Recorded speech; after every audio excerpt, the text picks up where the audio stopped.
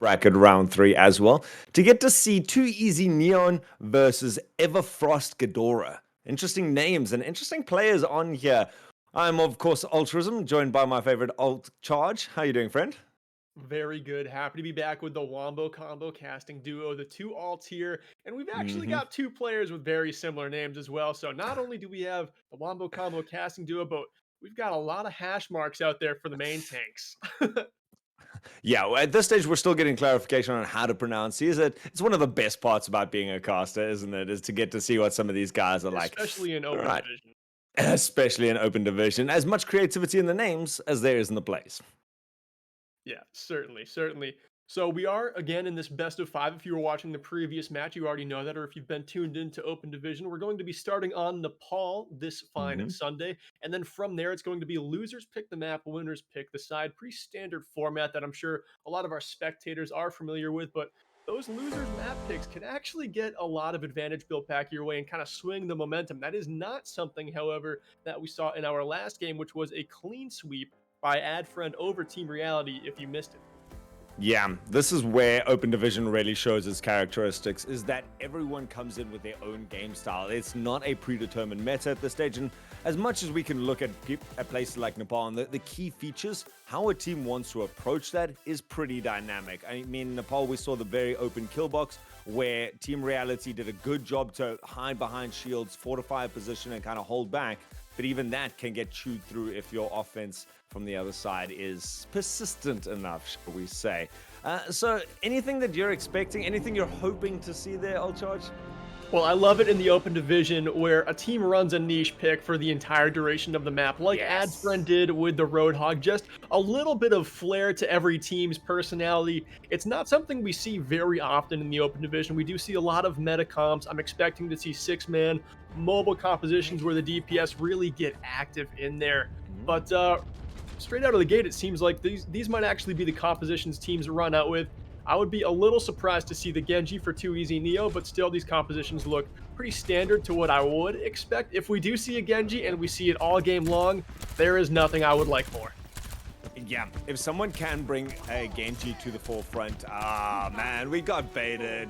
We got baited. I was wondering what the Mercy was going to pocket onto, but I thought that our main DPS coming out from Too Easy Neo, still not sure what the pronunciation is on that one, was going to swap onto the Pharaoh, but instead going to pick up the Tracer. And so a nice mobile comp coming up from Too Easy Neo versus the run at your face and brawl from Everfrost Ghidorah. Yeah, certainly. Everfrost Ghidorah here just trying to get their foot on the objective and keep that roof over their head so this Spara is not able to rain as many rockets in and get that burst damage. But for now, we're already seeing 70% to the barrage, and the slam from Nefsh comes in, and that is going to be enough to take down Liwai. And now with no hit scan, the bird free to rain the skies, and Too Easy Neo sweeping away this first fight. Man, that was huge. The fact that Too Easy Neo was able to put in so much pressure, a massive immortality field to be said coming out from Pixels there on the Baptiste for Everfrost Ghidorah, but it was just not enough. Everyone went down so low. Eventually the immortality field went down, and a bit of a change-up coming up here to try and deal with this aerial superiority that Nemesis is bringing to the fight. Yeah, and I like how they switched off of the hit scan and picked a bird of their own. I'm just going to label these pronunciations as 3 for the Echo on Everfrost and Barcode for the Tracer on Too Easy, just so we have something to call them for now. If they want to change it, we change it, but we got to have something to call these guys currently. And I do love how 3 goes over to the flying character of their own, lands those stickies there onto Avid, but Avid rezzed right back into the fight by Juju. Now Juju's not going to have that res for much longer, but it does get the nano boost back into the fight, and the nano barrage able to take down the Ana of Everfrost as Pixels falls here. Too Easy not able to hang on to the objective here, but it looks like they're in a favorable spot to get it back. Man, they've got enough presence on the objective between these two tanks, being able to be mobile and come in to contest when they need to and control the space while giving enough freedom for everyone else. Avid just sitting in the back line, healing up whoever needs to, being able to top off these mobile tanks, while you've got Nemesis in the air, being able to do so much damage. And I read an interesting fact, and I don't know if it's 100% accurate, but it's still scary to think about. A nano-boosted Pharaoh with the damage boost from Mercy is doing something like 200 damage per direct rocket. Yeah, the Rocket Barrage already the highest DPS in the game, bar Kiba Self-Destructor, a Pulse Bomb that is just insane burst, but coupled with the damage boost, and you can stack a Supercharger on that as well, so there are some insane possibilities with the Rocket Barrage, but Altruism, what are we seeing here as Too Easy Neo? They're making these fights look very easy to this point. Yeah, they're choosing which jewels they want to take. They're poking, they're prodding. They've got the Tracer to finish off any of the rockets. Anyone that Nemesis calls out from above can get pinned by any number of Peel characters. They're able to, again, like I said, go back and forth onto that point to make sure that the percentage keeps ticking up as we get to 90%. So basically, one more desperate fight for Everfrost Ghidorah. And Everfrost cannot find a single unified team pick or team fight, so they've got to get some picks to start us off. They do have some ults to burn here. They copy over to the D.Va as well. They're going to be sending in those self-destructs like crazy in just a moment. And now is the time to fully invest in this fight. Too easy. They pop the nano boost as well, but it looks like that damage only enough to find a couple of eliminations still, though it is Barcode in the feed, killing Zoom, killing Cold. Juju, the only person to fall. Nemesis as well goes down. The Bird's taken care of, but it still looks like Everfrost Ghidorah are just clinging to a thread in this fight, but that thread turns into some rope here as the DPS continue to find a pair of kills. And right at the wire, Everfrost Ghidorah threatening to take this objective back. Do they have enough? Oh man, I thought that fight was over at the beginning when unfortunately Cole got pushed so far back and didn't have the self-destruct. But Everfrost Ghidorah holding on for ages. The reinforcements for both sides coming out now. The res expended so far. Still Everfrost Ghidorah picking up some kills of their own. They need to take out this Pharah, who's doing too much damage from above. Oh! Is still there though. Barrage from above takes out the two remaining members here of Everfrost Ghidorah, and it looks like Too Easy Neo going to be able to pick this up at the end. Still desperate attempts coming out. Pulse Bomb sticks from the Tracer player, but is it going to be enough? Eventually, they have managed to, in fact, turn over possession. So Everfrost Ghidorah would be fine with just ticking this out as they go, but Too Easy Neo never going to let off the pressure, it seems. Everfrost Ghidorah finally has 6 members back in this fight. We do have another nano boost thrown out by Avid. Seems to be onto their D.Va player. The off tank now diving into the back line of Everfrost Ghidorah and finding kill after kill. The DPS are dealt with, and it looks like Too Easy Neo quickly retaking this objective, and now Everfrost Ghidorah, they are going to struggle to get a footing back on this objective. Somehow Cole's getting away with staying alive for so long, able to reset that overtime at least, and now the beat comes out. Pixel's trying to keep the few remaining members of Everfrost Ghidorah alive. Gonna be chewed through quickly though. Still Leeway and 3 managing to stick around. 3 not for very long. Leeway picks up a kill, but it's going to be a little bit of a consolation as Too Easy Neo eventually clean up what was one of the longest fights. I mean, we went back and forth like 3 times there. Yeah, I would say that was 3 fights all wrapped into one fight. It was 2 even fights and a stall fight in between as Everfrost was able to take the objective away, but Too Easy, they just kind of hung tough. They never burned their ultimates through. They kept their economy in good shape to retake that point and end round number 1 with the dub. Here we go over to Village. This is where we see a lot of Mei, but right now in Spawn, Everfrost giving us a little bit of a different look, and that was actually what worked in our previous game where we saw Adfriend not choosing to run the Sim Mei, and they came out on top by just dominating the high ground and the objective as well. Not an easy thing to do, but something teams of this caliber can certainly get done. Yeah, almost a complete swap up now. Everfrost going with that mobile comp, that pick comp. Leeway 3 both going on these pick heavy characters and being able to move around, constantly flex to what your opponent's doing. Too Easy Neo definitely going for it. Again, we saw Team Reality try this last time with the Symmetra Mei reinforce the position, and it's almost exactly a mirror of that, this idea, not with heroes but with what each team wants to try and get done here. Too Easy Neo now going to try and make a push for the point, try and get some reinforcement. Everfrost Ghidorah again poking from so many different angles, but so far not managing to get any real damage done. No, Too Easy Neo, they threw up that Mei wall. That does get them the first objective, but how quickly could Everfrost potentially turn this objective into a kill box? There is now no place to run. You just have to play your Reinhardt shield and the walls around you and hope that Everfrost Ghidorah doesn't come in from that off angle you're not watching. and clean up a squishy member of your team. But right now, Too Easy Neo playing these corners perfectly, really mitigating the damage that Everfrost can do. And as that Mei wall goes up, that'll buy him a little bit of breathing room, and ultimate starts to come online here. Avid pops that Ant Matrix, keeping Everfrost at bay for a little bit, and it is going to be enough. That Fire Strike scorches 3, and the Echo goes down with copy in hand. That is a massive time to find that elimination.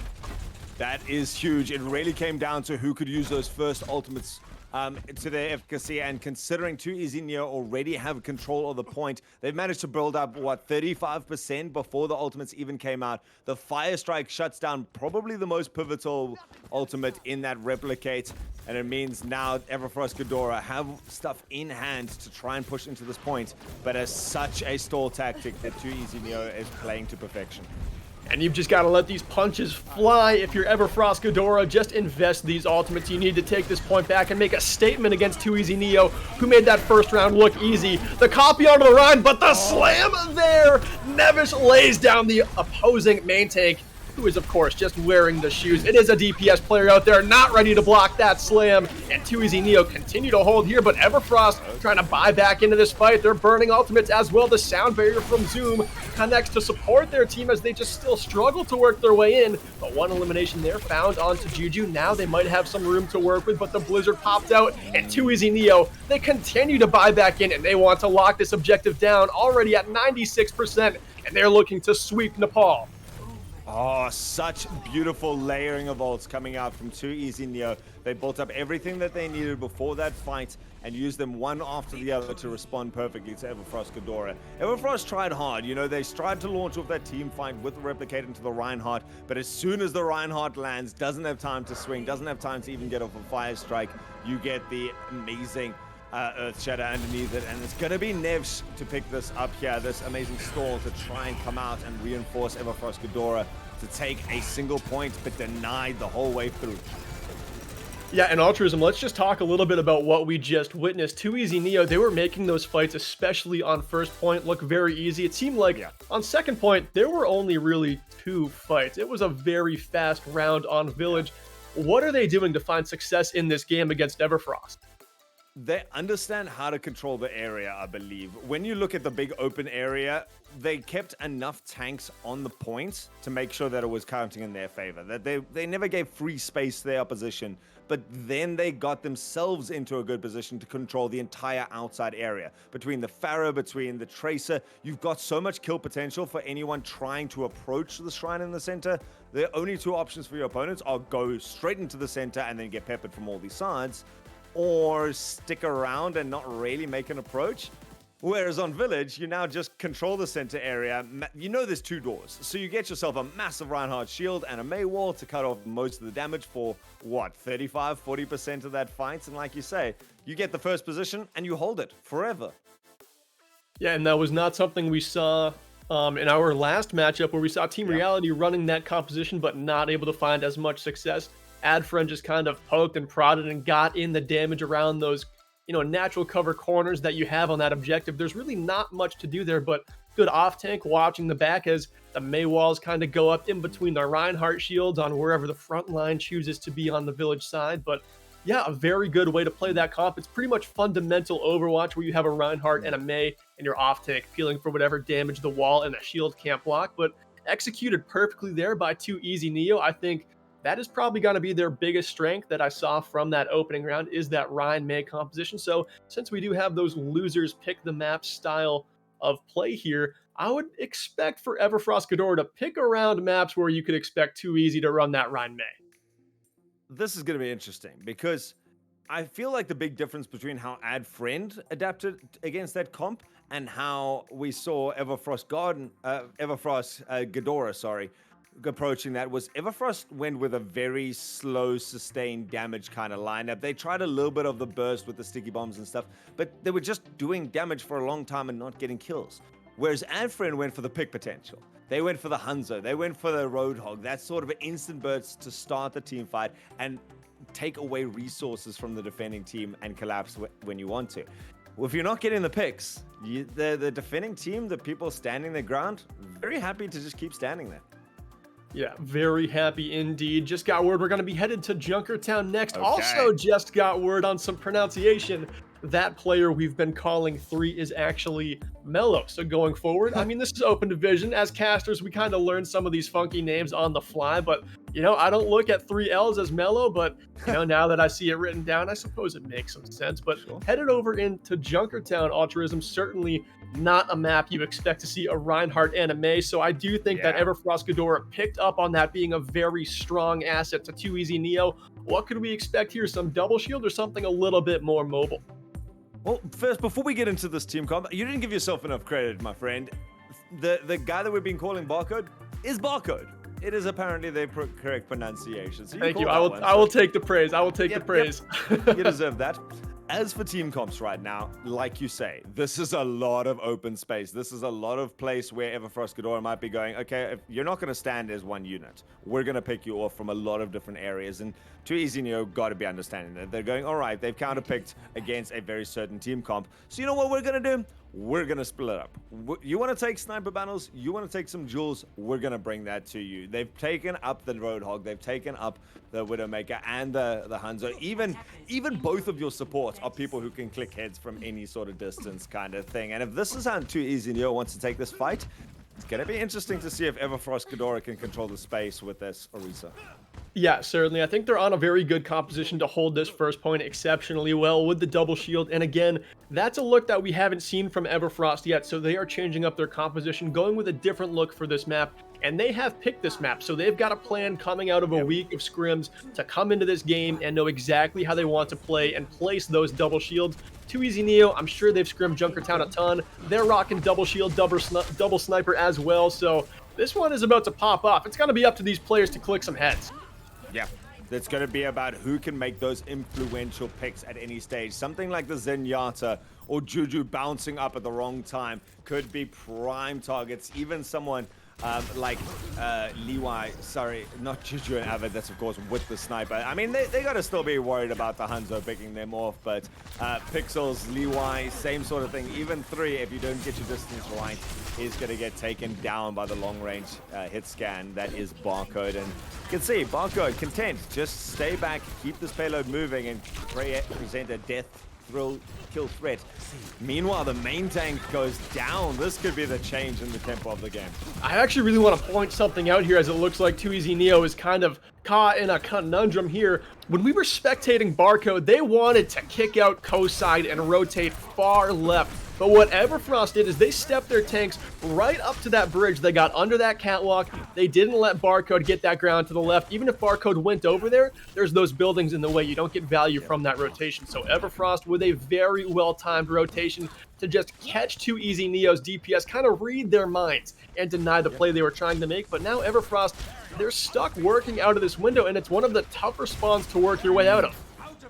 This is the big thing, you know, you picked it on the head perfectly. Everfrost, a team known for trying to just rotate perfectly, but eventually they just run for the hills, give up this first point. I mean, a little bit of a help there. That was aggro. Going to pick up a nice kill on the aggressive sniper push. So Everfrost going, no, you don't get the high ground for free. You get the point for free, but the high ground is ours. Now gives him the space to jump forward, and as the doors open, able to start flailing around. We do see Nemesis having swapped onto the Genji, so I'm sure you're happy about that. But Leeway sitting in the background with this pulse bomb, looking to clinch out the fight here for Everfrost Ghidorah just inside the door. Ecstatic about the Genji, looking to see what Nemesis can get up to here. Oh, the door closes there, and Avid actually can't get to the objective as quickly as they would like, and that opens up some space to do some damage as Mellow pops down that Dragon Strike, and it's enough to take down Juju.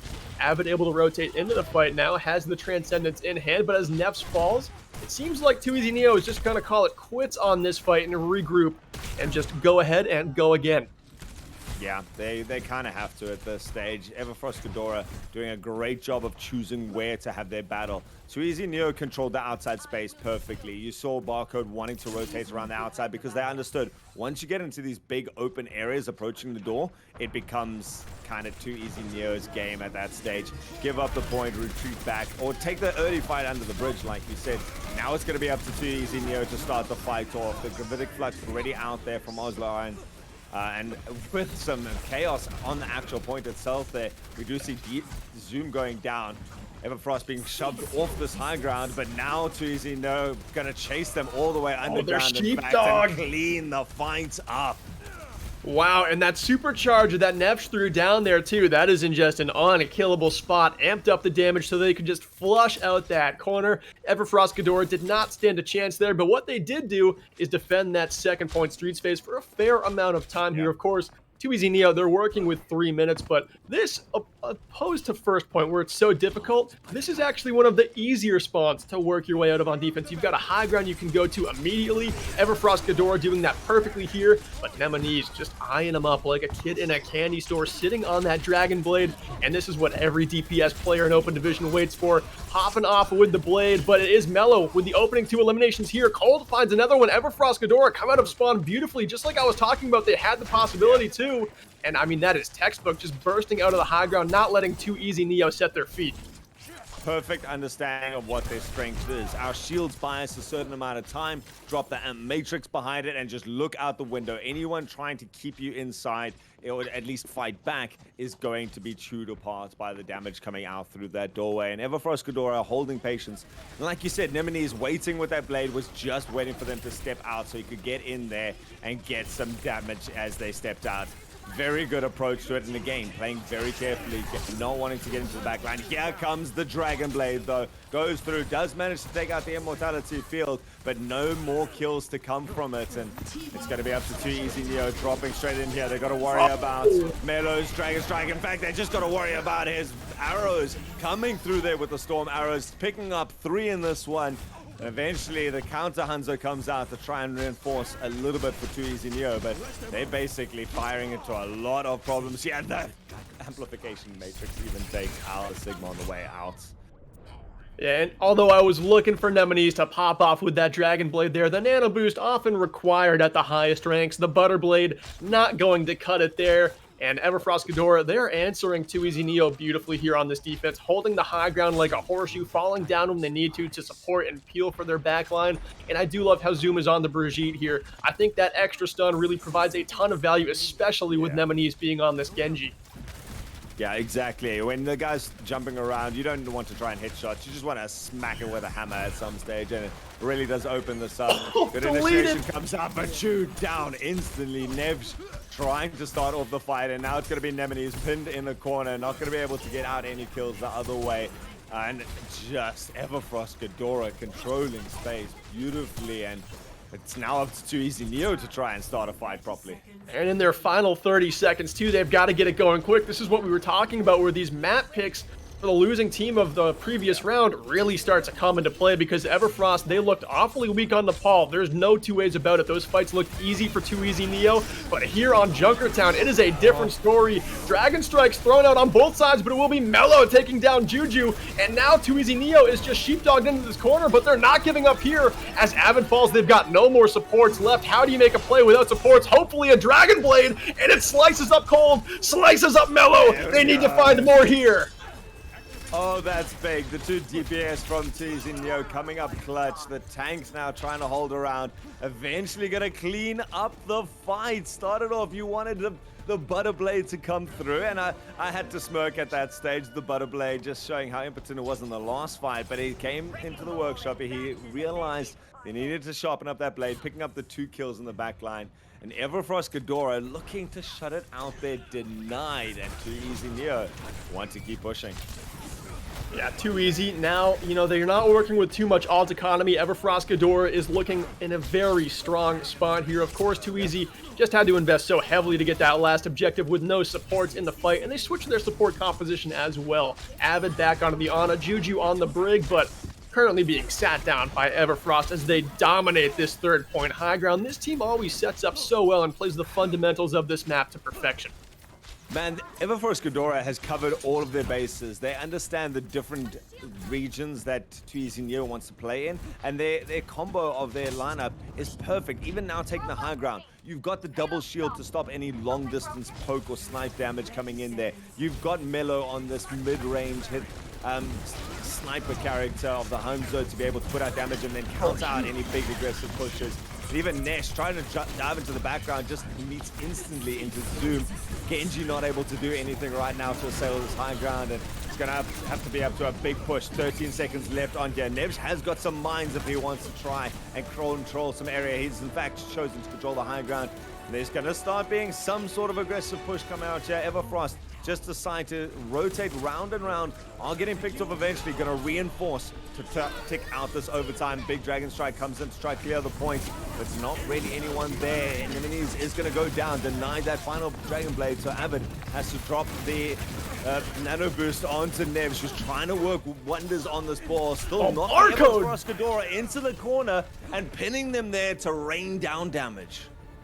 Barcode went off right there to clean up that final little engagement there, but now overtime is underway, and Everfrost Ghidorah tasked again with proving that they can come out of spawn with some thunder. They don't have ultimates to work with besides Pixel's Ant Matrix, and could it be enough here? Too Easy Neo not working with much, close to a Dragon Blade, close to a rally.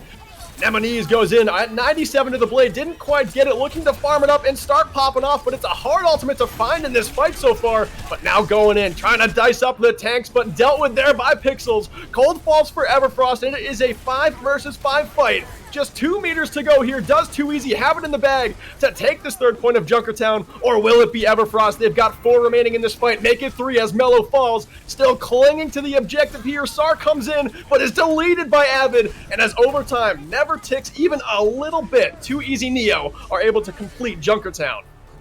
Man, that entire last fight, I was just watching the health bar of Juju on the Brigida for Too Easy Neo, because that thing was going down and up like a heartbeat at that stage, and that's what it took to keep Too Easy Neo alive, was maintain presence on the point. And what a better character than Neo. The early drop of the rally that you mentioned came out, allowed Nemesis to get the Dragon Blade up, gave him the sustain to keep going with that Dragon Blade, put on pressure, and while Everfrost Ghidorah constantly reinforcing from base, even dipping in and out to refill their health bars, were never able to actually push back onto point with any sort of sustain. What an amazing last fight, and Too Easy Neo going to be very happy that they picked up the 3 points. Oh, they must be just so happy here, as it really seemed like Everfrost was a transformed team on their map pick, and that is a scary thing to come across, where you ran through Nepal if you're Too Easy Neo, and then you just meet this Everfrost that's running a double barrier, and they seem like a totally different squad. They are just giving it to you on that second point, and it really looked like this team had it in the bag to just end the attack for Too Easy Neo there, but Too Easy Neo able to make those very difficult plays to push through. It took a very nice Dragon Blade and just a team wipe with no supports to get second point, and then third point, it seemed a little bit easier, but still Everfrost putting up a great defense there as well. Again, I think it was, again, the plays that you were talking about. Too Easy Neo had to do something. I thought Zoom was the answer to Too Easy Neo's game plan, being able to hold that high ground, and like you say, that push out from the second point onto the point was just so great to be able to start off. An early pick here comes out from Everfrost Ghidorah, though. They've got a lot of work to do if they're going to push this the entire duration, and the pick coming out onto Too Easy Neo is a good way to start the long journey of many steps, I guess. Barcode taking a co-side angle here, but Star, in the meantime, sits down the opposing Sigma. And right now, it's Everfrost Ghidorah on this attack, just steamrolling. First point with double snipers at high ranks is often viewed as pretty free, because these players are not going to miss the headshots that they're given. And anytime you have an opening, this is just one of the most difficult first points in all of Overwatch to defend. But Too Easy Neo, they're posturing on the high ground, threatening to give it another go, and the tanks do commit. They don't have ultimates to use here, but Juju lands the volley there onto Zoom. The brig is down, Barcode popping up as well. This defense is making a stand. Too Easy Neo, go on, you've got to find 3 more, but I think you've got it in the bag. Oh my goodness, that call for the tanks to drop down and contest is a literal timer at that stage. You're going, the supports are going to give you as much heals as they can, and with something like a Baptiste, you got a lot of sustained healing and that immortality field for if things go wrong. But at the end of the day, it's up to the DPS to pop off. If Barcode and Nemesis don't find their headshots in time, Everfrost Ghidorah is going to be able to shut down Too Easy. Still coming through, shot after shot. Even Juju starting off that fight with their headshots. Beautiful way for Too Easy Neo to assert their dominance back on here, and they can maybe take control of this middle ground. Oh, certainly, and those headshots that Barcode hit in that last fight were close range, not easy to do on Widowmaker, but here, far away, no duress. Barcode doesn't miss, and neither does the Dragon Strike, cleaning out that building. And we have Too Easy Neo sitting pretty on this defense. Got some ultimates coming online to continue this defense as well. Beautiful. Again, Too Easy Neo just dictating where Everfrost Ghidorah is allowed to play. Oh, that early pick actually could mean that Nemesis has to chill out for a second, let that fire die down, and Liwa wants to get another one with this pulse bomb. But so far, Too Easy Neo managing to control the space, forcing the opponents into where they want them, and then hitting them with something like a Dragon Strike. Fantastic. Now Nev's Supercharger going to go down. Going to get weighted out by Everfrost, who's got one of themselves, and they've got a Gravitic Flux to start this if they want it. No, here opens up with that Elim onto Avid. The Flux comes out here from Ryan, but it is just Everfrost Ghidorah coming forward with the DPS, and they've got the Supercharger down. You've got double snipers, you've got Supercharger, you've got all the damage under the sun. Too Easy Neo gets flushed out here. I don't think they're going to make another insane stand on this first point defense. Just time to set up on second. No, beautiful, right? Everfrost played the timing of that perfectly. They were waiting for Nemesis to get back, or at least trying to progress before Nemesis really got back into the fight. But they also had to wait out the Supercharger. Held it there, knew that they had a Supercharger themselves and a couple other ultimates, and pushed forward at the exact right time. As they're trying to do again, yeah, getting very aggressive on these stairs, trying to push out, grabs as much of the damage, now goes up for the Gravitic Flux, manages to grab Nevs in this, gonna try to slam him down and burst it, takes a lot of damage, forces out the Immortality Field. Now comes the aggressive push, the counter attack from Too Easy Neo, who managed to sustain through the first push of Everfrost, and Everfrost runs for the hills with what little lives they can scrape together. Yeah, run for the hills is right. They have just got to get this group back up and start to farm up some ultimates of their own, because right now, Too Easy Neo, I know they just gave up the first point, but this is where you set up on Junkertown. That is probably the biggest fortress on the map, is this high ground right here. You get a line onto a very narrow choke out of spawn, and Everfrost Ghidorah could have a very difficult time working their way out. Well, this is the big thing, right? Just because they lost first point, they even managed to extend it by a minute, which is all that you're looking to do. Now you keep reinforcing this, you keep winning the good team fights. Got a little bit of an old deficit for Too Easy Neo, so Everfrost Ghidorah are going to try and make something happen with this. They've got Zoom's rally if they need to sustain through a fight, but they cannot afford to be losing picks like this early. Everfrost come into the building here, trying to bust out the top door with the rally, but it's not enough support to get Sar through. They need to find an Elim fast and even up this fight. Also, Ryan coming into the back line, just not even found on Sigma. I mean, when you float, you don't make footsteps, so coming into the back line, they're unseen, unheard, and doing so much damage on that staircase.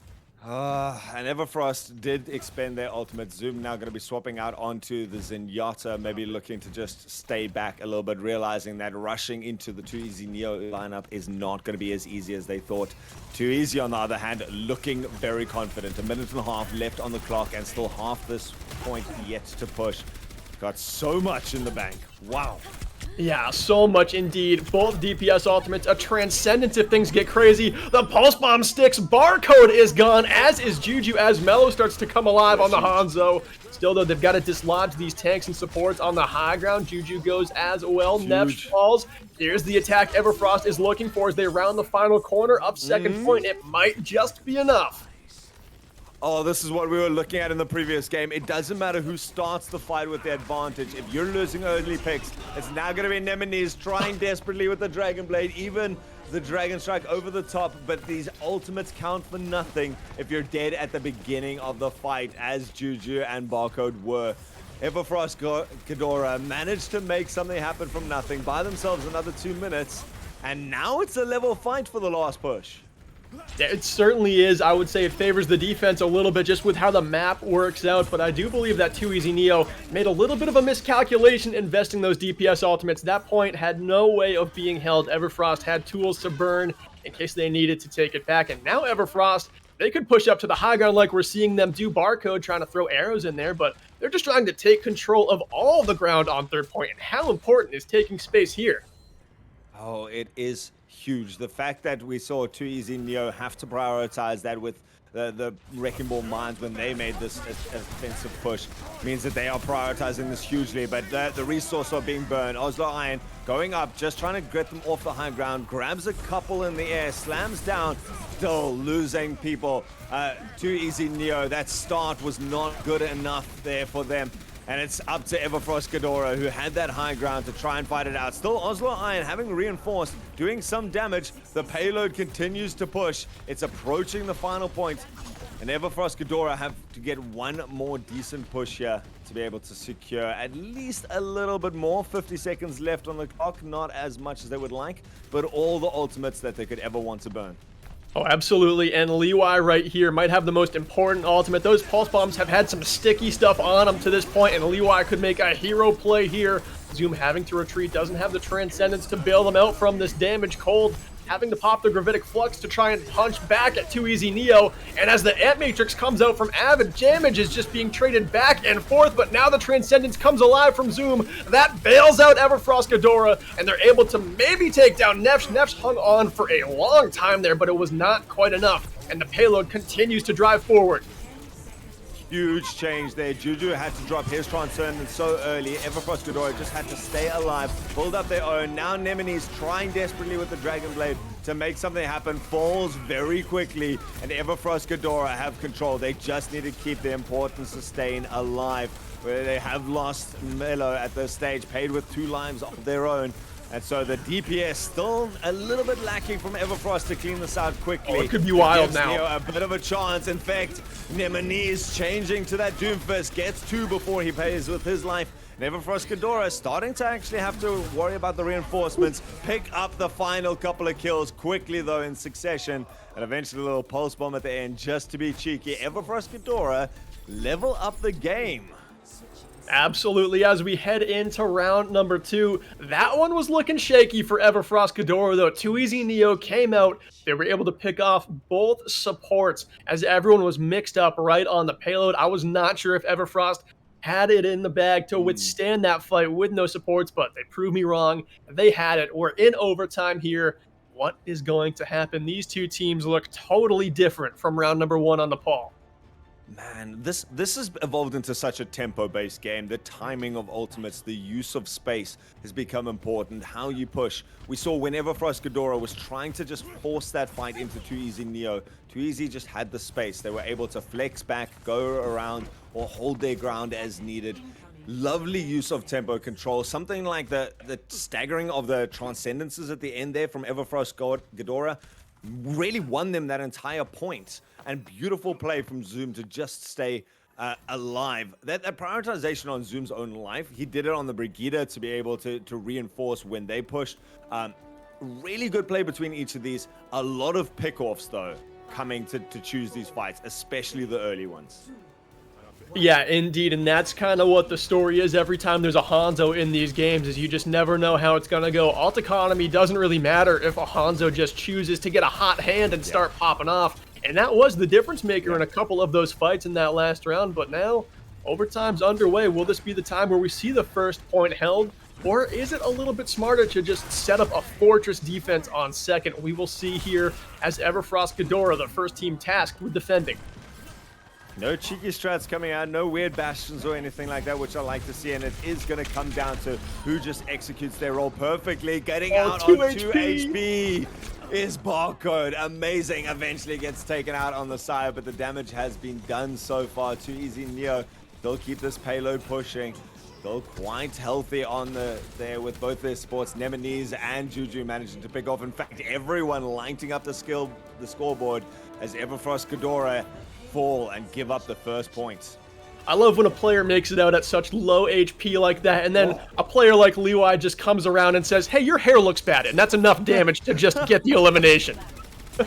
Emotional damage got to count for something right there at the end of the day. But it's not going to turn the team fight. Just getting the pick off on Barcode wasn't enough. Everfrost Ghidorah showed such proficiency on this high ground before, being able to hold this when they were trying. They've got Zoom back on that Brigida, and so you can see the idea. Move around as a team. They're going to drop now. Here comes the clash, potentially the last one. Otherwise, Everfrost Ghidorah going to give up so much space. Dragon Blade coming out. Oh! Slices, dices, cuts through 2 of the tankiest characters. Leewai trying to turn the fight around with the pulse bomb. Still Nemesis holding around, looking for these low HP targets, able to isolate them one by one. Actually going to go very, very low. Avid managing to pick up a double kill, though, on the support from Too Easy Neo. Keeps it going, and Everfrost Ghidorah are setting themselves up for a massive task on the other hand. Absolutely they are. They were in such a good spot to end that round there, and that would have been a very early spot in the second point to get it done, but Avid getting some damage done from the support slot and making it count. Continues this payload's momentum here, and now the final contest on second point for Everfrost comes forward, but Sar goes down early, as does Mello, and they are corralled here. The Supercharger committed makes this a surefire cap on second, and just how far will Too Easy go? Man, that is 2 fights in a row that Everfrost just charged in. They dropped down from the high ground, clashed as hard as they could, thinking that perhaps the amount of healing that was coming in, the immortality field, would just outburst their opponents. But eventually, Too Easy Neo. Oh no.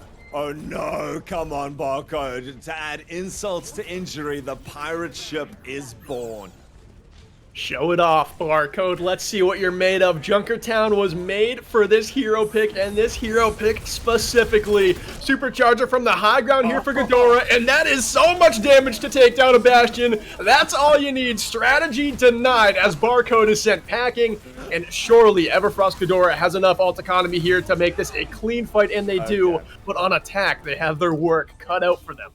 Yeah, okay, that was cheeky. That was definitely for the funsies kind of swap at the end there. Going in there against probably the worst counter ultimates that you could possibly get. The Gravitic Flux was there, the Dragon Strike was there, the Supercharger was there. You can put out a lot of damage as Bastion, but you're going to get chewed by 6 people who all turn around and throw everything at you instantly. Oh, without a doubt. The Supercharger in a Storm Arrow is actually enough damage to chew down a full Orisa shield and kill a Bastion at full health. So, Supercharger, Storm Arrow, you're gone, Barcode, but it was fun to see. I like the creativity, and I think that's just a reflection of how confident Too Easy Neo is feeling right now. They got away with so much, and I think it came down to the fact that Everfrost Ghidorah kind of just forced it at the end there. We saw them trying to do it earlier, and whatever team is trying to force it doesn't normally come off the better, and potentially giving up now too much distance and insurmountable odds there. But we've seen Everfrost rally in the most literal way a couple of times so far. And this is their map pick too, and Junkertown often goes to overtime, so you're not too stressed out about it being in overtime, but like you were saying, you know, capping those 2 objectives, getting it almost 70 meters to the third point. That's a far way to go in an overtime round. You're going to be fighting with that overtime ticker, stressing you out for likely 2.5 minutes if you make it there. So it is time for these big players to stay calm and make some big plays as we are underway. Man, this is why I'm a caster and not a professional player, because considering how much of this game has come down to picks, to be one of these Hanzos right now, in fact, we're down to only 1 Hanzo, but still a lot of pick potential. The amount of calm you have to keep your mechanical aim down to pixel-perfect movements, that is a steady hand, and big man's temperament gonna come out a huge deciding factor here. Still no deaths from either side, though. Oh, here we go.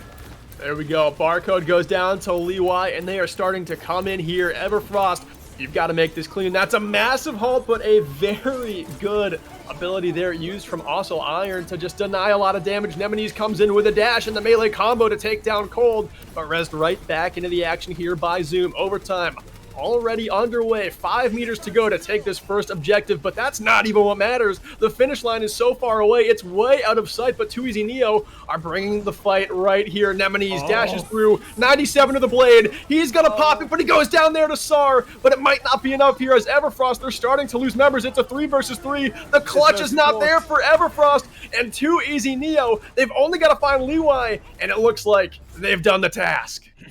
Oh man, that early couple of pickoffs onto the supports decided that whole fight. Everfrost stayed alive for so long, but there was just no sustain. I think it was Nemesis on the dash. Oh, we're gonna actually see his Hanzo showed off here. Certainly worked wonders on his dashes here, but eventually just isolating from this high ground, controlling the space, dropping the corralled team down in a single fell swoop, and a beautiful way for a well-deserving player to get some recognition. Still, both teams, though, clashing tooth and nail at every step, it's got to be said. Yeah, they certainly are. I mean, this is looking like a much closer game than we originally had after you know, Nepal went by and we were kind of forecasting the rest of this one to be a pretty easy street looking game for Too Easy, but that has not been the case. Junkertown took overtime. Too Easy Neo was able to steal the win, and that of course was Everfrost's map pick. But Everfrost will get to pick again here. Hopefully Hybrid does go their way. Altruism, before we cut to a short break, are there any adjustments you have in mind that Everfrost Ghidorah could make here? They tried to play their pick potential on their favorite map, and it worked to a large extent. They managed to close out the map. Were just short of holding a couple times against there. So do you double down on the pick potential lineup and carry on going into a map that suits that? Or do you try and change it up and bring something new in your potentially final game? It's going to be a very tense dressing room, I'm sure, for Everfrost Guardian, but we'll have to see what they do after the break.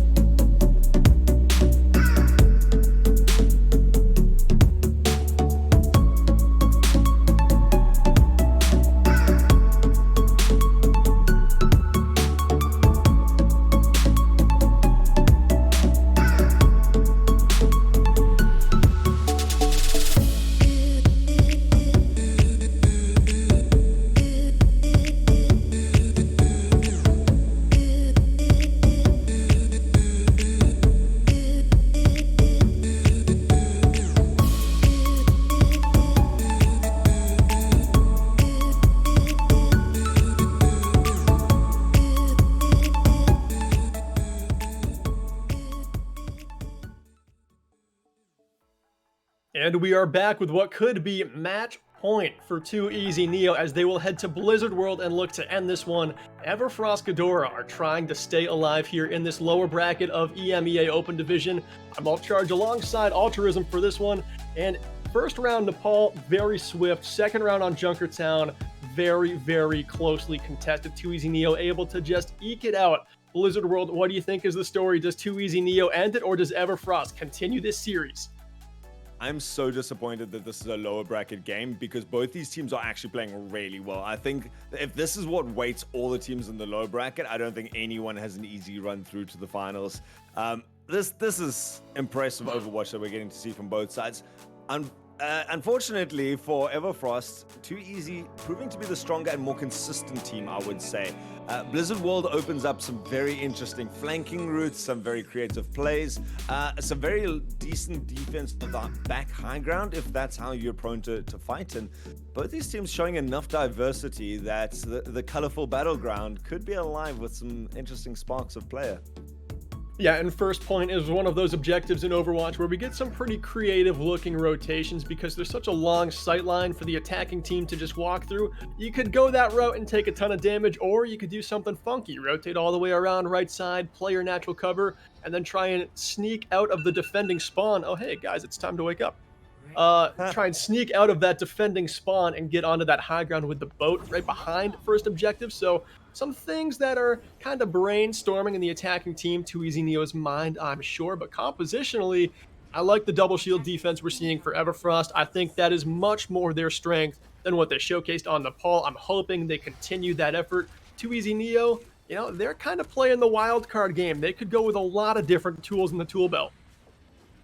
I'm very interested in this. Both teams showing still a lot of pick potential. Both teams running a Mercy, which kind of counters a little bit of the pick potential if it's not the Mercy going down. And then Everfrost result relying on we're going to stand and hold as many decent positions as we can, go forwards and backwards to give our DPS a lot of time. 2 Easy Neo looking for a high mobility comp, wanting to push forward exactly when the opportunity presents themselves, and an early pick from Everfrost gonna be maybe a deciding factor for the early res.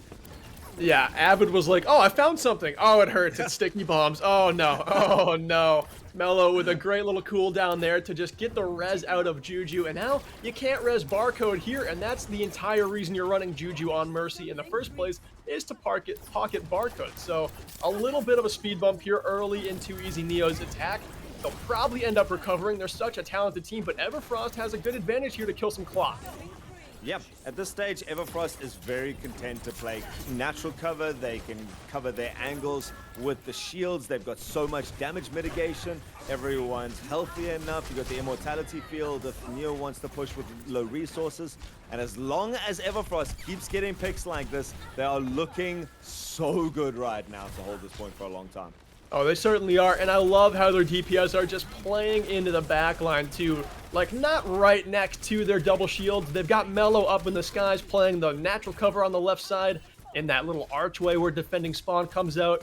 And then, of course, the Hanzo just chilling way back, using that high ground where the boat lies around on the back side of the objective as a retreat, but playing on the low ground, just in case they get dove, they've got an escape route. So it's very smart play from the DPS early until Mello goes down there to Avid. A little bit of revenge there after Mello landed those sticky bombs early on. Okay, so doubling down on the full-on pick potential is 2 Easy Neo. In fact, going to the Widow, just realizing that Ashe isn't getting enough. And Nebony is going to get a very big pick, especially the Immortality Field not going to be there. The Nano Boost is dropped onto Nebony's to try and wreak some damage in the backline. Still a little bit of a pushback from the tanks here. Long sideline control of the point kind of given here to 2 Easy Neo, but no one really wants to step forward and try to take advantage of this. Point contested now, and Everfrost contend with these shields, with this damage mitigation, to push back on any fronts that 2 Easy Neo wants to try and exploit. Oh, and these sightlines are so dangerous there as we actually see a trade, and that is what a projectile can do. Gets the headshot onto Barcode, and there is actually a res waiting for the Hanzo. Okay. And right back into the action. Storm arrows down Juju, and that is going to be another wrap on this 2 Easy Neo attack as they are just back along further and further toward the attacking spawn. Things are not working for them right now, Altruism. What is going wrong? the picks that were there were just not able to be capitalized enough on. I think Everfrost has such a nice bunker that even if they lose a person, it still takes so much for 2EasyNeo to just run straight at them.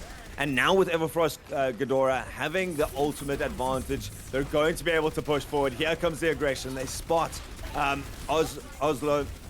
Sorry, they spot Oslo out of position and decide to just go forward now with this extra damage. Got all the shields that they need to control the positioning, and 2EasyNeo has to come forward. They've got some in the tank, so as long as they don't get too many out picks now, 2EasyNeo could re-engage when they want to.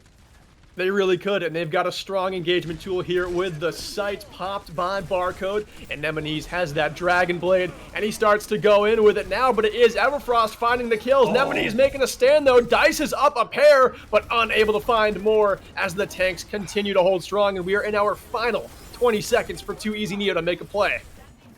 They got their kills on the supports, well, at least one of them. But the fact that Pixels is sitting there on the Baptiste means as long as you keep the tanks alive, the picks don't really get you any further positioning. The tanks can sit behind their shields, control the point, and do enough damage between them that no one from 2EasyNeo can come in here. And now, with Avid being the only one having an ultimate on the side of 2EasyNeo, it's going to be hard to push onto the point. They've got some presence, but the counter initiation comes in cold with the Gravitic Flux.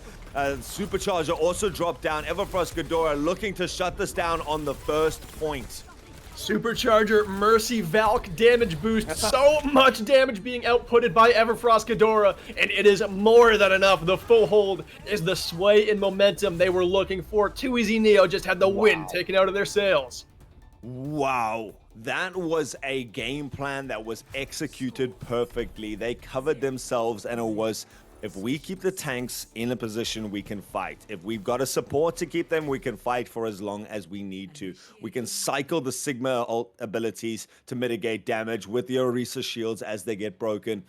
2EasyNeo clashed and clashed and clashed. They got picks, they got opportunities, they tried their hands to re-engage afterwards, but this tank line just held forever for Everfrost, and now have the best opportunity to get a point on the board. Yeah, they really do, and they need it bad. If this one ends up drawing, it could just be the dagger for Everfrost, because this is their chance to steal momentum in this match. If 2EasyNeo come up with a similar defense and get the full hold, I think this one's done and dusted. I don't think Everfrost come back from that beating. They need this round more than they need anything, and this is the lower bracket. They need this round to stay alive in Open Division. Man, just like I'm feeling intense at this stage. I don't know about you. The fact that we've had such a big reversal of momentum, especially from the first game. This feels like a team that has scrimmed, that they're taking this seriously, that they're coming out with everything at this stage, and it's working. And it's so exciting to see what Everfrost looks like when they're running at full potential. We said it before, though. 2Easy is a very impressive team. I don't know if they're impressive enough to full hold on a single point. And Everfrost would like to pick this up, and I want to see more of this. I was not ready to see a 3-0 sweep. I was not either. We saw it in the first game, but it felt so close. Here, it doesn't seem like it's going to be the storyline. Ever since Nepal ended, Everfrost has really just improved as a team. On Junkertown, they got a lot better, and on Blizzard World, their defense became unbreakable. As long as they can click on attack, they have a chance to just reverse sweep and make a big storyline for the lower bracket here. Aggression going to come out now from Everfrost. They've forced out their Mortality Field quite early, and they're poking and prodding at opportune angles. Still looking very healthy. The Mortality Field of their own goes down, so they've got a ticking clock. And so far, only one pick. There could be a big one. Here comes the finishing beam over the tops. Everyone from 2EasyNeo dropping very low. Nemesis on a fraction of a health for just a moment longer. Immortality Field comes in to reinforce the rest of 2EasyNeo. So there could be a bit of a pushback. The Amplification Matrix doing so much work for Everfrost, chewing into them. And eventually 2EasyNeo sustain may start to falter. Pixel gets res back up into the fight, so Everfrost can keep this going forever. No one is even able to step onto the point, and Ghidorah get their first point. And they just put the elbow on the neck there and squeezed the life out of that 2EasyNeo defense, especially when that copy came online and you had 3 shields out there on the objective with just 5% to cap. It was just all said and done. 2EasyNeo They put up a decent fight on attack, but like you were saying, Altruism, is it was just clashing. They weren't really able to build anything on it. And Everfrost Ghidorah, they come back in with the strongest Overwatch they've played so far in this match. And if they can continue it, this is a very dangerous team that Too Easy is not going to want to take for granted any longer.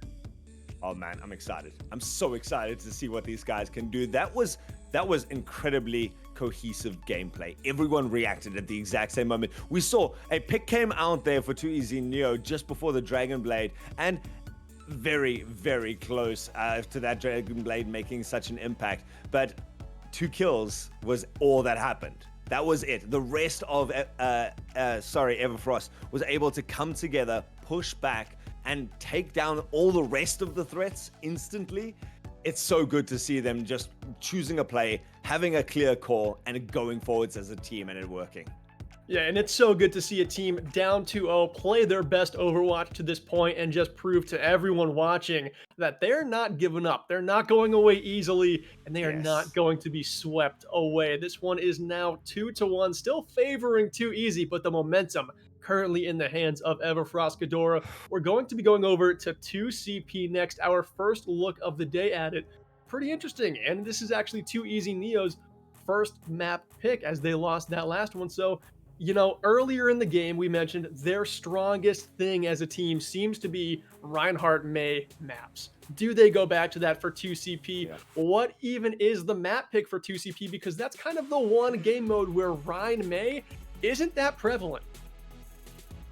Yeah, at this stage, you got to be thinking about what has Everfrost been able to do so well when they've had the advantage. They've come onto both of these of their own map pick with a very clear game plan. How to hold that mid ground of Junkertown was a very critical part of that.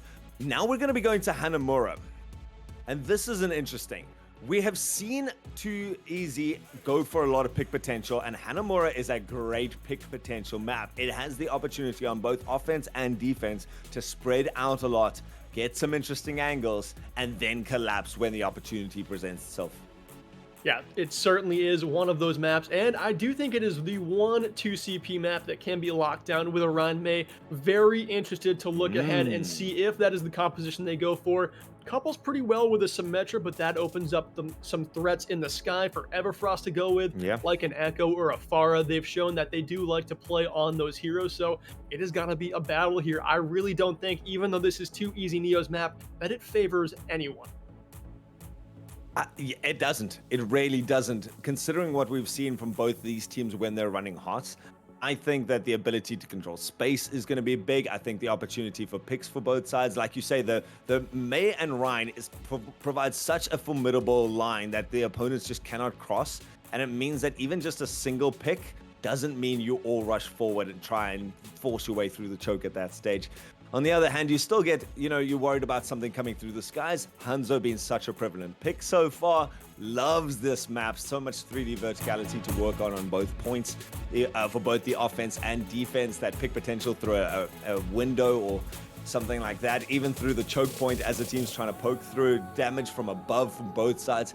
This could be the best map for both of these teams to showcase their skills. Yeah, could not agree more with you, Altruism. And I'm going to put you on the spot here a little bit. Now that we've had Everfrost Ghidorah come back and show their strength to fruition on a map, just dominating on Blizzard World. The story before that, it really was just Too Easy Neo being the slightly better team, much better on Nepal. But now that it's evened out a little bit, who are a couple players you've noticed in this lobby that are really starting to shine bright? Oh, you're putting me on the spot here, because I think names. The fact that Melo's Hanzo has been pivotal at key moments to take it out, as much as the Genji from the other side. And so now you're starting to weigh up plays like this. I think the fact that all the supports are staying alive for so long and getting off the key reses is big. The tank play on both sides. You're a mean man. I thought you were going to go with who's going to win this game, which would have been a hard question. But which key players? It's going to be the game callers. Whoever the game callers are on both sides, it's when you go forwards, are you trying to force it? Like Everfrost, if they try and force any of these fights too early, then that's going to be the key playmakers. I don't know if it's going to come down to one person in a single map getting 17 heads clicked perfectly, or the perfectly timed immortality field. Oh, Yeah, I mean, please weigh in. obviously, What are your opinions? That's got to be a well, loaded question, man. it was a little loaded because the map pool we've been given so far has showcased a lot of snipers. So obviously, we're gonna be looking at the Yep. DPS players that are clicking heads, that are up in the kill feed, being flashy. I do think that the Mercy players in this game and Zoom playing a little bit of Brigitte as well made the Everfrost defense on Junkertown something that kind of turned this team around and got their heads back in the game. Tank play, obviously a factor, but I don't think it's at the forefront of what is winning fights in these games. I think a lot of it is DPS because we've seen so many Yeah. snipers, and then Yeah. support play. Keeping your tanks in the fight as long as you can against stellar DPS is not an easy thing to do, so those support players have to be hitting shots on Baptiste, have to be carting around their team, getting them where they need to go. It's not a very easy thing to do, and it's something both support lines on both sides have done very well. Well, It was a it's loaded interesting question. I'm sorry. no, I like to hear it because it was so closely matched for me. And you mentioned DPS being an important factor. The early telepoint onto the point. We'll have to get back to that in a second because it's an early aggressive play from 2EZ Neo coming through with an obvious game plan. They chose this map for a reason. They walked forwards and have control of the point. It's going to be up to Everfrost to try and contest this out now. Finally stepping forward, Immortality Field forced down. Oslo Ryan pays with his mech, but does manage to take it out. Now going to try and pink away with a Bunny Blaster, but being evaded so far. Still 2EZ Neo. Nevs holding with a sliver of health, being supported constantly, held alive, and eventually the beams work their magic. 2EZ Neo pick up the first point. And I just wanted to point out, DPS so important, Unto Vinen in for Leeway. Yeah, certainly, and was the case as last round. So, you know, making a little bit of a difference here for Everfrost. Certainly already on second. Objective is 2EZ, but Sar able to sit down too and put an early end to that rotation. Another thing I just wanted to point out here is that we are seeing 2EZ on the Reinhardt, on the Mei. So they have gone back to their strengths. They clearly picked this map for that reason. Not too many 2CP maps really favor the Ryan May, but this is one that certainly can, and this is a little bit of cyberbullying going on here. Oh, this was huge. 2EZ came in with a game plan and pushed so aggressively onto that second point and nearly held it. It was just the replication that came out from Melo that was able to turn that around, picking up the Reinhardt and do that damage and area control, allowed Everfrost to stabilize on the second point. And like you say, now the Reinhardt and May to push onto Hanamura second is gonna take a couple of big ultimates, which they have in the bag.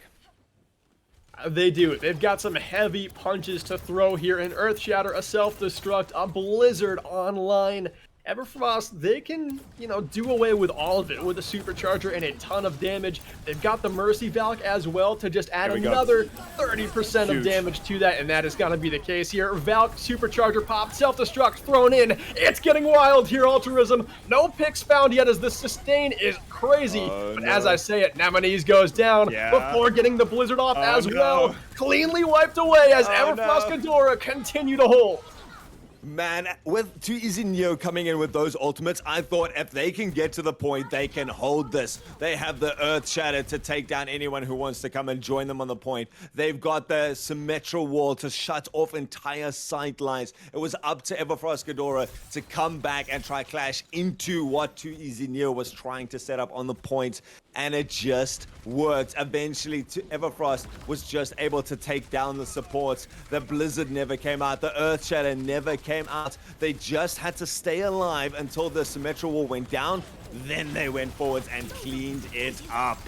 Oh, and the Blizzard comes in here trying to freeze up the Orisa and Pixels, and Will. Pixels is gone. Still hanging around, though, is Sar on the Orisa as another Self-Destruct gets thrown in by Cold on top of the Ice Block, and that will actually take down Barcode. And here, the fight still spilling out. Sar falls, Avid goes as well. The trades just going back and forth in this one. It looks like Everfrost Ghidorah has a little bit of an edge, but 2EZ is still hanging around for now.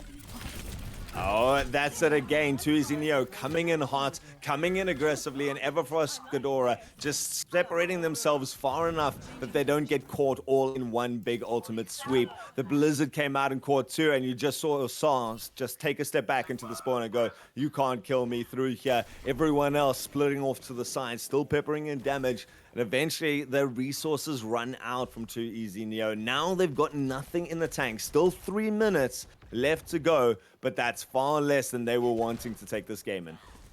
Without a doubt, and they've changed up their composition a couple times now. Now they've got it on what could be their final look here, just under the 3-minute mark as they rotate to the high ground with double shield. Barcode looking to get into a good perch and do some great damage on the Soldier 76, but the ground has been hard to find. With Zoom going down, that means there's no res out there for 8 seconds. Oh, another one as the Ash falls as well. The coupling damage duo of the Mercy and the Ash no longer owning these high grounds, and Barcode free from the heavens to lace in the lead and the Helix rockets. And this could be too easy taking it. They've got 2 ticks. They've got 94%. A final stand coming out for Everfrost, but is it enough? Avid takes down Sarin. Pixels falls as well. Mellow rezzed back in, but I think it might be too little too late. Tag Visor over the top to clean it up. Gotta be. This is too easy. Neo coming in and showing what a well-timed push looks like. Being able to sit on that high ground, and like you saw, Zoom goes down on the Mercy. There's no res. Then you lose onto on the Ash. Suddenly Too Easy has all the pressure that they need to push onto points, separates off the sidelines, uses the big shields, and now it's just a cleanup.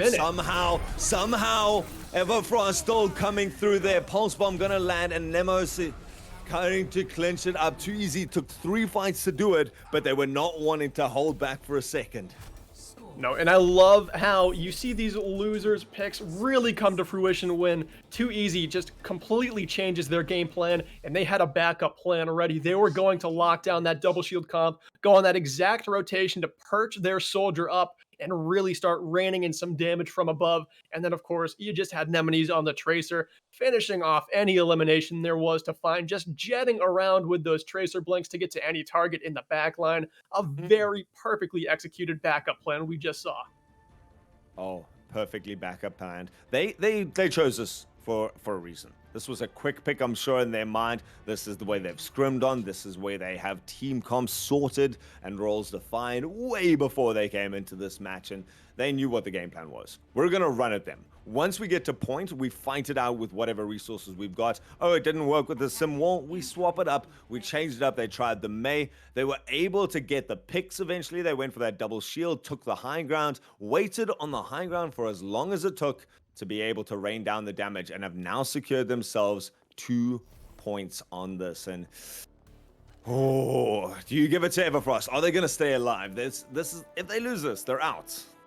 If they lose this, they are out. I think they do take 2 points, but Too Easy Neo is in a good spot here. This one probably goes to overtime. That is kind of what I'm expecting. I think first point might get diced up here. I see a lot of these teams running the Symmetra and making quick work of point number 1, but it's not their map pick. We'll see how Too Easy respond. Maybe they've got some crazy strat in mind to just keep this attack at bay.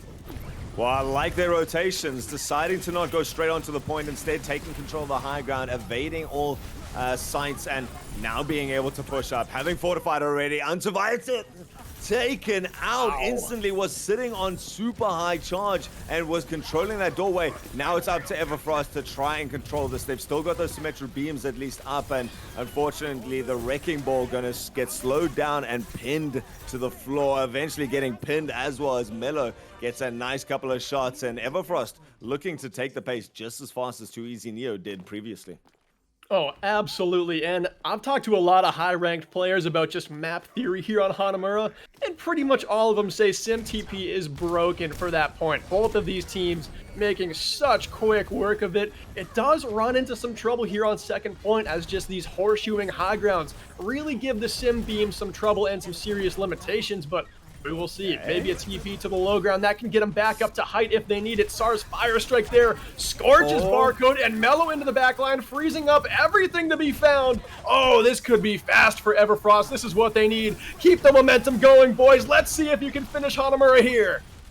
Oh, beat comes out. Everyone from Everfrost going to be very happy and healthy for a long time. Neo has to try reinforce. The pile driver comes down. That's big, in fact. Lays the mines down afterwards. Gets rid of the key pixels there. Now it's up to Saab to just lay into it. Gets the pin as well. Gets rid of the nuisance that is the Wrecking Ball. Still now just a single tank to contest. The Gravitic Flux to lift everyone off. That has taken himself off as well. Everfrost do it, and they do it faster. Way faster. 5 minutes, 5 seconds on the clock. Altruism, just for reference, you start a round of Overwatch with 4 minutes on the clock. They captured second point 1 minute and 5 seconds in the future. This was the map pick of Too Easy Neo, and Everfrost was going, oh, we like Hanamura. We can play it as many times as you want. We got 6 minutes. We can finish this, what, 2-3 times?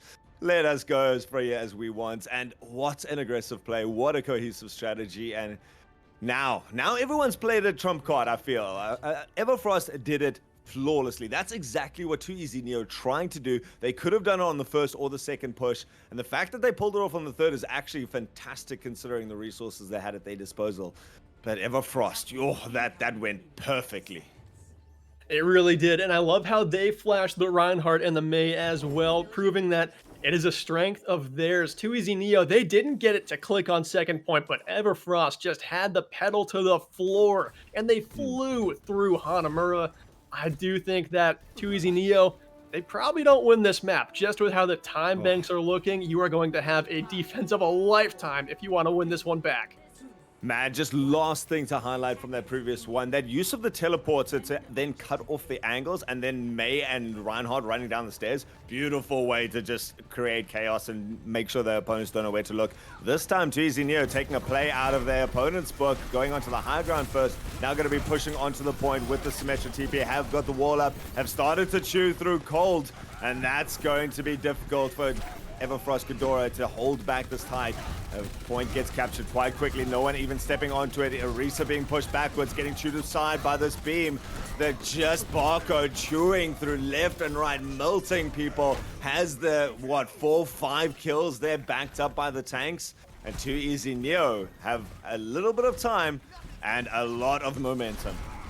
They're gonna gun it here to the second point. Just mix it up. Get those tanks in deep. Put the teleporter up later. The Mei wall goes up, and it looks like Sar is just walled off here. An immortality field to try and save the main tank for Everfrost Ghidorah, and it looks like he is able to tuck around that corner in time, but just how long can he remain? Gets swung away by Nefsh, who is swinging for the fences here. This man's a home run hitter on the Reinhardt. They are trying to sweep away the second point, and they need to before overtime, or this one might be done.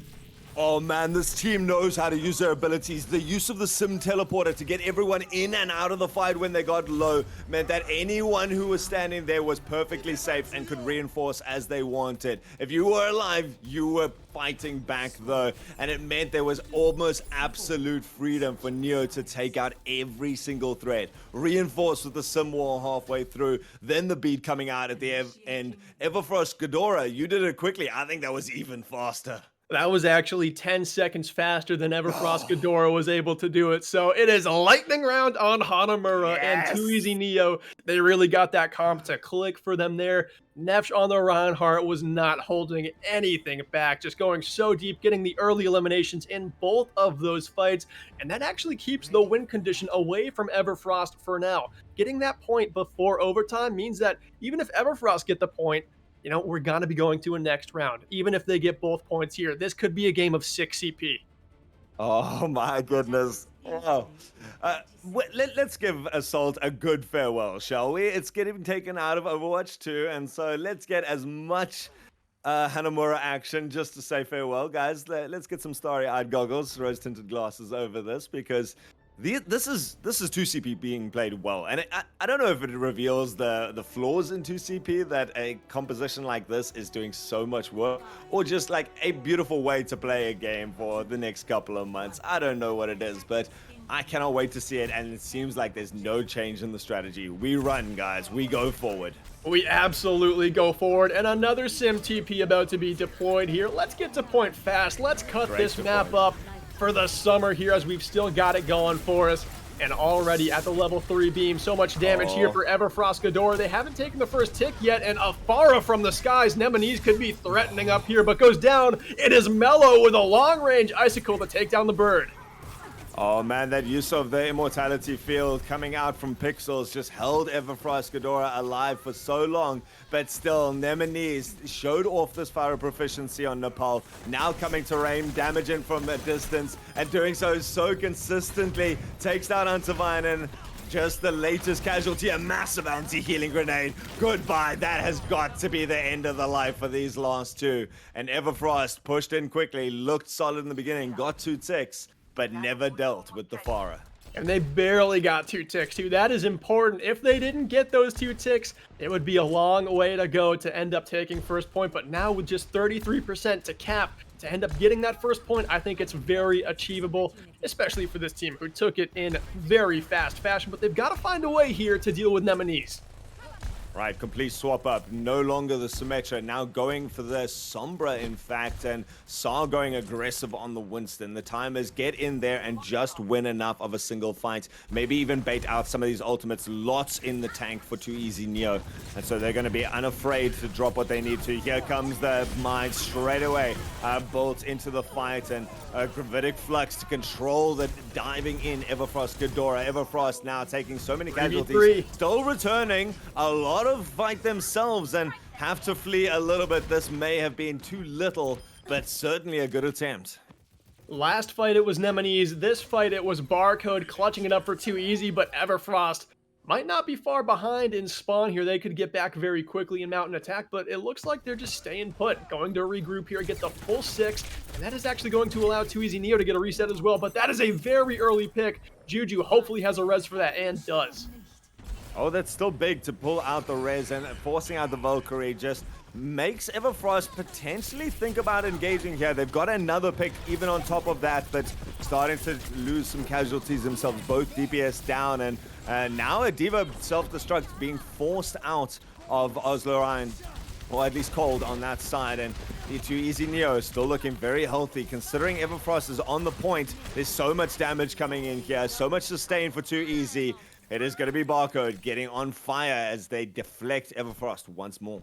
So much damage indeed. Zoom popped a sound barrier there, and it was gone before I could even read the blue bars, like signifying that Everfrost had those shields. So Too Easy Neo, they're hitting the shots. They're making it look too easy, and we are in our final 2 minutes for Everfrost to take first point.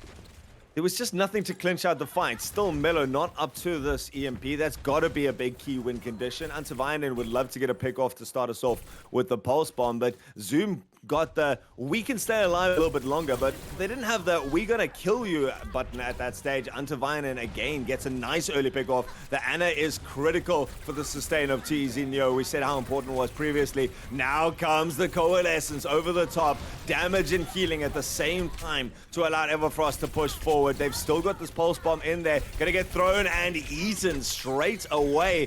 Still, the damage is coming through. The sustain is coming through for Ghidorah. Gonna take control of this point. They only need 1 tick. Too Easy Neo gonna try drag it out for as long as possible. The hack comes out to render the Diva as dead as you can get. And it is gonna be Everfrost going forward with 1:35. This could end up being a very close time bank. Oh, it's already very close considering Everfrost had over 5 minutes. That is a total success for Too Easy Neo. Antivianen forgets how to stand on the map at a crucial time in the game. And we've got a 5 versus 5 fight here. Cold able to chase down the Mercy with the help of Pixels, and it does not matter that Antivianen is not hanging around for this one. Everfrost needs to step up here and start making plays. They want to tie this game up at 4 apiece with even time banks, but Too Easy Neo are holding on. Okay, so that was interesting. Mellows had this EMP the entire fight, not yet, doesn't want to die right now, but they're dragging it out for a long time. If this was just a bait out all the ultimates you could, this was a long fight to drag out. It's working though. The reinforcements now come out. Mello's still super patient on this. Drops it finally. Manages to pick up everyone left on the point. The mines though out in time to deny so much space. Cold and Saab going to be jumping in here, trying to clean up the last few people, but the Valkyrie keeping everyone from Too Easy alive. They've already chewed off enough of the time bank to be able to take the advantage, but it's going to be up to Everfrost to clean up the last couple of kills. Nemesis out on the Bastion, trying to pull some cheekiness here, but Everfrost looking too strong. Looking too strong indeed, and it was Mello's EMP. It actually hacks the minefield, so that minefield that was in such a good spot to deny the objective, useless. They saved that just to counter Nef's ult because they figured that was the only hope that Too Easy Neo had to stay alive, and now Altruism, we have such close time banks here going into 6 CP.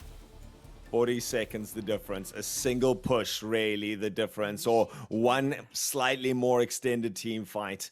At this stage, I don't know if you're trying to play for ult. I don't know if you've got enough time on the board for either of these teams. It's cheeky to try to put everything on a single Sombra EMP, but picks have been the name of the game so far. It could decide it here. Either team, if we could go to 6-6, man, what do you think the chances are right now that we go to 6-6? I think they're actually pretty good. Both of these teams have goodness. had an attack that took under a minute, so it is definitely in the cards. Goodness. I mean, as long as we're going sim TPs on first point, I think Everfrost fixed their mistakes in round number 2, and they probably come away with point number 1 fast, put Too Easy on the back foot, but I think this is where that 39 seconds looks about as big as 39 seconds possibly could, because even though it's only 39 seconds, it's a big advantage. It's another fight, maybe another 2 fights. That means more ultimates to use on your attack. Things could not go your way, and you've still got another life in you. All right, so let's theorycraft this. Still going with the Sim TP, but a big addition here for Everfrost being the Diva. Recognizing that Nemesis on this Pharaoh was such a problem last time, may be entirely mitigated or addressed, perhaps. Oh, the TP gets blown up. The TP is on the point, straight onto it. Unsurviving falling very low. Eventually gets healed up. Now has the aggression to go forwards. Nemesis still proving to be so dangerous. Unsurviving's dead. Pixels takes out the Mercy on the other side, though, with a good punch to the face. And we see no one actually fighting on the point anymore. Just ring around the Rosie, trying to take the fights that are going to be there. Pixels goes down for Everfrost. Ghidorah. That is massive. Cold now going to be chewed through with no more sustain. And the swap-ups have to come. 18 seconds left to get to the point. Cold is still hanging around, and so Diva going to be very delayed to reinforce this, and Too Easy Neo may be able to shut this down on the first point.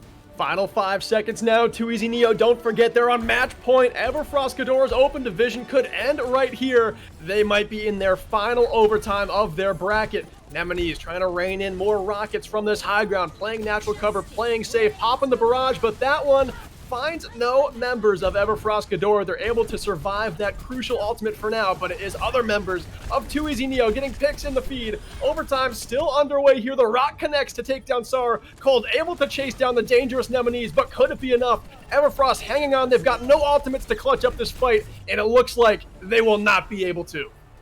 Where was the damage? You had so many people staying alive and being elusive on point. You had Zoom. You had the Sombra and the Wrecking Ball sitting around on point, but there were no kills coming out for Everfrost Ghidorah. And it meant that Too Easy Neo could just stay alive, keep throwing in rockets, keep doing damage. Eventually, Farah gets taken out, but Too Easy Neo had all the time in the world because they just stayed alive. And it took 2 fights, and Everfrost Ghidorah now looking so quick on their original Sim TPs. Read quite well by Too Easy Neo, who just have to capture, what, 5%? 33%. Was it the first tick? Close, though. Close. If it was 5, tick, right? we would truly be in a lightning round. Yeah, it is the first tick. So they need 33%, which is not a lot. I mean, every time they've attacked, they've gotten 2 ticks before the defense even knows what hit them, and they come in to stall the fight. So it could be fast. Everfrost Ghidorah is going to have a very tough time responding to the Sim TP strat. Oh, I mean, they got to know where it's going, though, right? You got to know. And that's where Sa and Cold are going to come in. They're going to sit on the point and wait for the Sim TP to just get the rest of Neo in. Neo going out with a much more classical Sim TP route of the Mei Wall to split off team fights. The Reinhardt to get up close and start swinging Juju to give the team the mobility, and Avid with that immortality field. You know, Zoom and this Echo is a kind of, we're going to avoid you. And so Neo, as long as they stay on the point, someone from Everfrost is going to have to step forward, right? Someone certainly has to. This attack is going to come in fast, rotating to the left side staircase here to mount their first effort. This is when Mello can come around with the Mercy Pocket and try and get some stickies onto the backside of Too Easy Neo. We'll see if it comes to fruition here.